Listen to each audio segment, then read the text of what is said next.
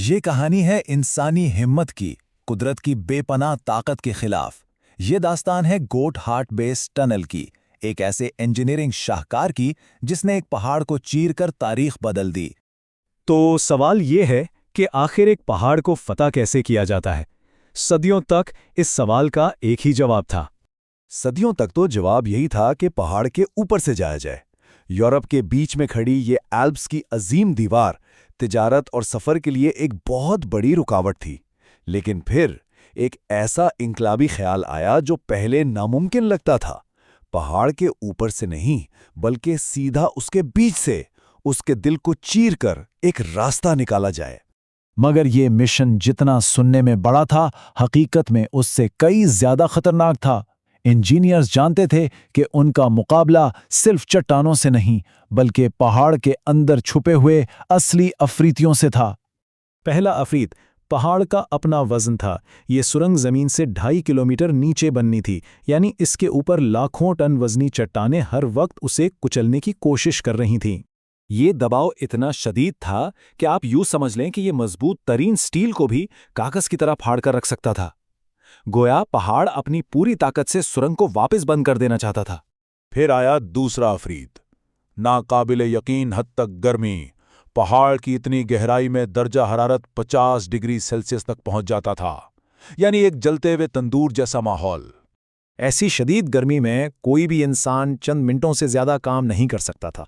अगर cooling system एक लम्हे के लिए भी फेल हो जाता तो ये सुरंग मजदूरों के लिए एक जिंदा कब्र बन सकती थी। और फिर तीसरा और शायद सबसे खौफनाक अफरीत, पानी का दबाव। और ये कोई आम ज़ेरे ज़मीन पानी नहीं था। नहीं, ये सदियों से चट्टानों में कैद पानी था, जिसका प्रेशर इतना ज्यादा था कि अगर ये अचानक बाहर निकलता तो किसी तोप के गोले की तरह कंक्रीट की दीवारों को रेजा रेजा कर सकता था। तो इन कुदरती अफरीतों का मुकाबला करने के लिए इंसान ने भी अपने सबसे बड़े और ताकतवर हथियार तैयार किए। इनका नाम था टनल बोरिंग मशीन्स, यानी TBMs। और ये कोई आम मशीनें नहीं थी। इनमें से एक, जिसे सीसी का नाम दिया गया, 450 मीटर लंबी थी, यानी तकरीबन आधा किलोमीटर।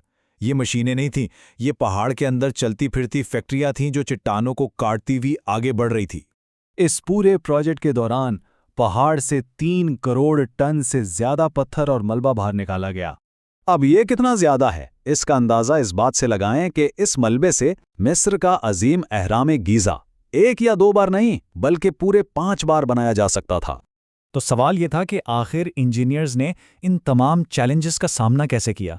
उन्होंने कुदरत की इन ताकतों को लगाम कैसे डाली। इनका हल वाकई शानदार था।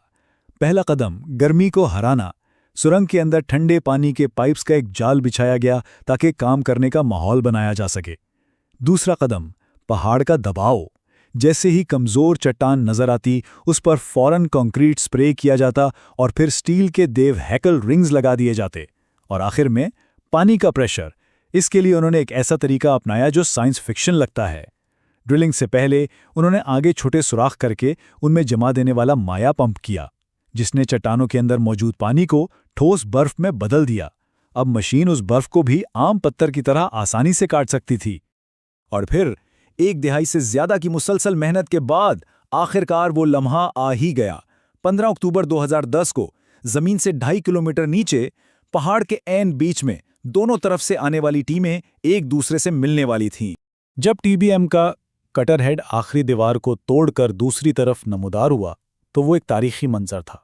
और सबसे हैरानकुन बात, 57 किलोमीटर के फासले पर खोदी जाने वाली दोनों सुरंगों के मिलाप में सिर्फ आधे इंच का फर्क था। ये इतनी ज्यादा दुरुस्तगी थी जैसे किसी ने 50 किलोमीटर दूर से सुई में धागा डाला हो। लेकिन कहानी अभी खत्म नहीं हुई थी। पहाड़ तो फतह हो चुका था, लेकिन एक आखिरी अनदेखा दुश्मन अब भी बाकी था। सबसे बड़ा खतरा न पत्थर था, न गर्मी और ना ही पानी। असल में सबसे बड़ा खतरा सुरंग के अंदर की हवा थी। मसला यह था कि जब कोई तेज रफ्तार ट्रेन सुरंग में दाखिल होती तो अपने आगे हवा को एक दीवार की तरह धकेलती। अब इस हवा को बाहर निकलने की कोई जगह नहीं मिलती, जिससे एक ऐसी खतरनाक शॉक वेव पैदा होती जो ट्रेन की खिड़कियों को धमाके से तोड़ सकती थी। खुशकिस्मती से इंजीनियर्स ने इस मसले का हल पहले ही सोच रखा था और उनका हल बहुत सादा मगर इंतहाई मौसर था। एक बड़ी सुरंग के बजाय उन्होंने साथ साथ 2 सुरंगें बनाईं और उन्हें हर चंद 100 मीटर के बाद आपस में जोड़ दिया। अब जब ट्रेन एक सुरंग में दाखिल होती तो हवा का दबाव उन रास्तों से निकलकर दूसरी सुरंग में चला जाता और खतरा हमेशा के लिए टल जाता। बिलाशुबा गॉथार्ड बेस टनल इंजीनियरिंग का एक मौजज़ा है, लेकिन इस अजीम कामयाबी के पीछे एक कीमत भी अदा की गई है। जरा इन आदाद और शुमार पर नजर डालें। 57 किलोमीटर लंबी सुरंग, जमीन के नीचे 2.5 किलोमीटर गहरी। इसे बनाने में 17 साल लगे, $12.5 अरब खर्च हुए और 2600 लोगों ने दिन रात इस पर काम किया। लेकिन इन तमाम बड़े बड़े नंबर्स के बीच एक छोटा सा अदद है जो इन सब पर भारी है, 9। ये उन 9 बहादुर मजदूरों की तादाद है जो इस प्रोजेक्ट के दौरान मुख्तलिफ हादिसात में अपनी जान गंवा बैठे और पहाड़ के अंदर से कभी वापस नहीं आ सके। इनकी याद में सुरंग के दाखिली रास्ते पर एक यादगार बनाई गई है जो दुनिया को हमेशा याद दिलाती रहेगी कि इस इंजीनियरिंग के करिश्मे की असल कीमत क्या थी। ये कहानी सिर्फ इंसानी जहानत की नहीं बल्कि इंसानी कुर्बानी की भी है।